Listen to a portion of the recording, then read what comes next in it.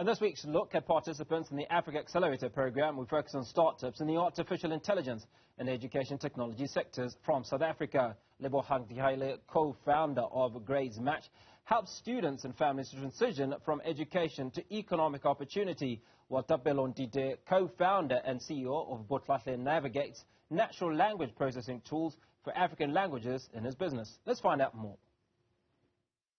Thapelo, it's great to have you on Africa today. Let's talk about Botlhale AI and what led to its creation.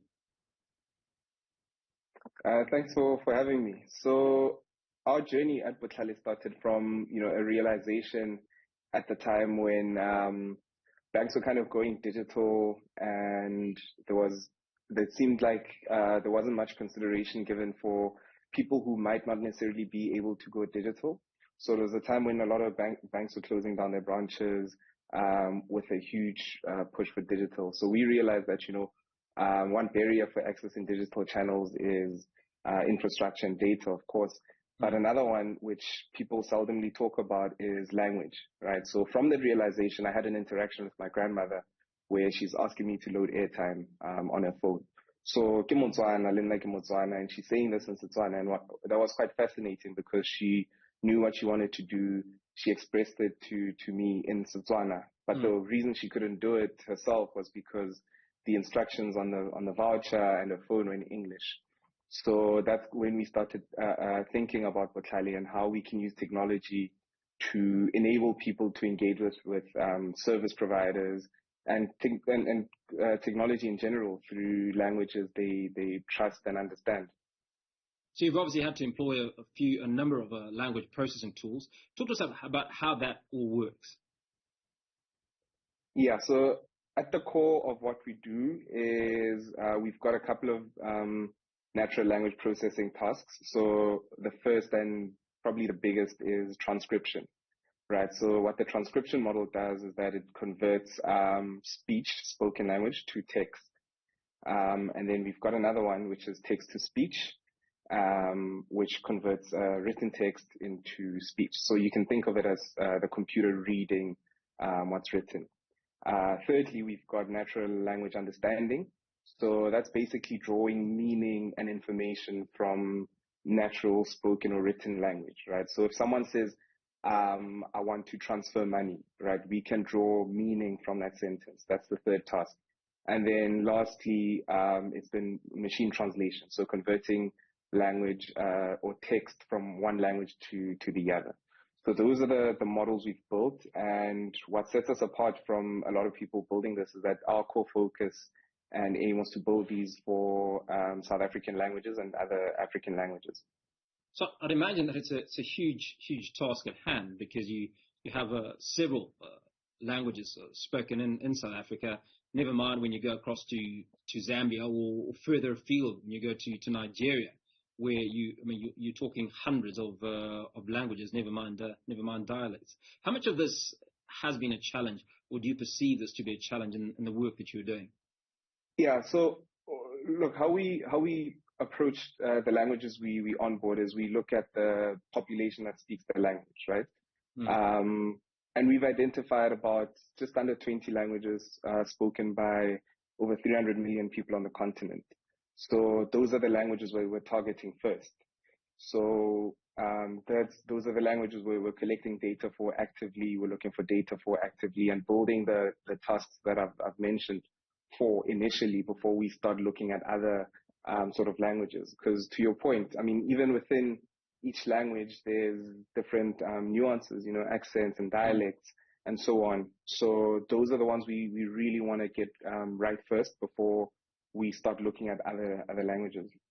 So your focus is on the languages spoken by X number of people, as opposed to the numbers in a particular population in a specific geographic. Yes, but I guess the two are related, right? You look at South Africa, you can list like 7 to 8 languages spoken by, I'd say, about 45 million people. So going by those numbers, it is closely related to the population. So let's talk about some case studies or success stories that Botlhale AI has had in the last few months or since inception. So we've had quite a few. So let me start with on the commercial side. So what the work we do for our clients. So we've got a number of clients that we've helped onboard new what can I call it, agents. So for this particular client, what they do is that they've got a number of agents on the field that help them with sales. So we've helped them onboard these agents and communicate with these agents in a very effective manner. Secondly, we've helped a large call center draw insights from some of their calls, right? And the challenge that call centers are facing is that, they can do hundreds of thousands of calls a month, but a majority of those calls might not necessarily be in English, and the current available analytics tools are only in English. So we've helped the call center, first of all, like segment the calls and understand what languages are being spoken automatically. And then secondly, draw insights from those conversations, right? Because it's very difficult. The current process, consists of people manually listening to calls. And so through that, we help them avoid so many things, from fraud to underperforming agents and so on. Thapelo, I appreciate your time on Africa today and wish you all the best for the rest of your journey. Thank you so much. Thanks for having me.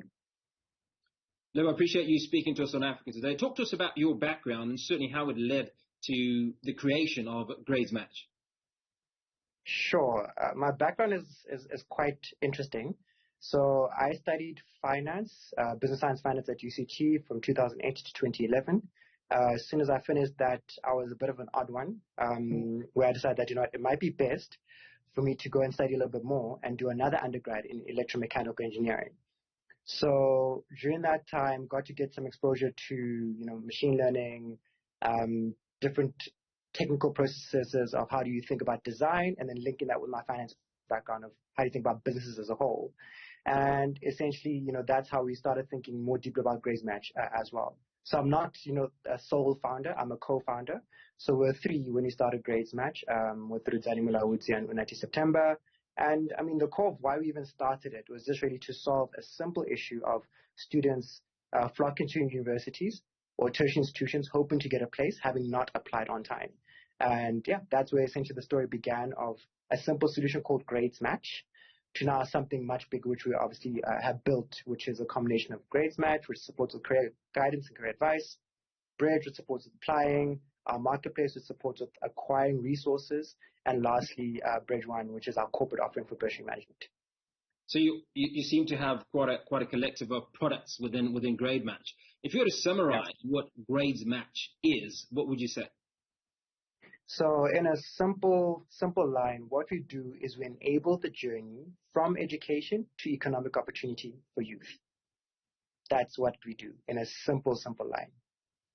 So let's talk about the transition that generally young people face when transitioning from school to the workforce, or from university or tertiary institution to the workforce. What does it look like, and how do you solve that dilemma, if you will?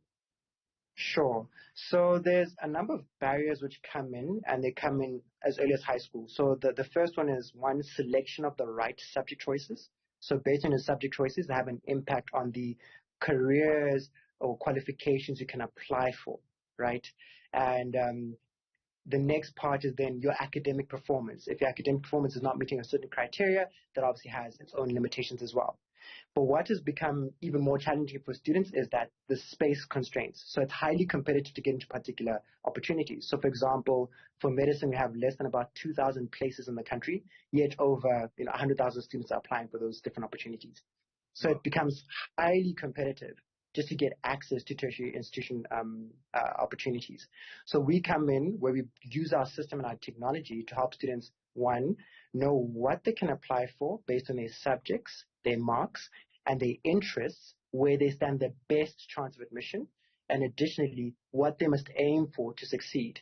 And we include both your tertiary institutions, your traditional public universities, your public technical institutions, your TVETs, and even your private institutions, to have a broader mix for the students of what actually are the options, which ultimately leads you to a pathway which enables employability.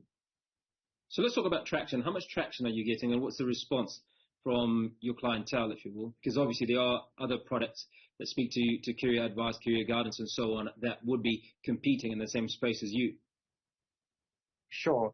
So what makes us very different, I think I'll start it from that angle. What makes us very different is that we have all these different things, which is your career advisory, your marketplace, and financial services within one ecosystem, as opposed to, having to go to your career advisor to get a view of, okay, what you are qualified for. Then you go there and figure out, okay, who's going to help me to apply? And thereafter you figure out, okay, how am I getting to university? But it's all managed within one ecosystem to support you. And through that, our traction is quite interesting. So over the past, 10 years we've been around, we've supported over 400,000 students with career advice. And then in the past 3 years, when we then included applications as part of our service and, the marketplace, we supported over 25,000 students in the past 3 years to apply. We've started our new academic year now for students applying to the 2024 academic year. And already within the first month, we've had over 15,000 signups of students, wanting to be part of the ecosystem. So it's a busy one. It's a busy one. We still have 6 more months of this to go, so it should be fine. Well, you're in the business of making money. Talk to us about the financial model. How does this business actually generate revenue for you? Sure. So we have multiple ways where we make money, but primarily we have an annual subscription which we charge to parents or to corporates for our career advice and application service. That's essentially our core business model. Then we have additional revenue streams where we then have our bursary management service, where we charge a particular percentage on the funds under management, but that's meant to support the students in varsity to succeed ultimately. So it's a combination of ensuring they get their money disbursed on time, they get access to the private accommodation options if required, and also get access to additional support such as psychosocial and tutoring as well. Then in terms of other models which we are exploring and are working toward as well, it's related to licensing our technology to other players, your banks such as your telcos, who can use it to further reach out to other audiences, whether it's in South Africa or across the continent. As career guidance is a massive gap. That certainly sounds like you've had an exciting journey, and wish you all the best with what's left of the Africa Accelerator program. Thank you so much. I appreciate that as well.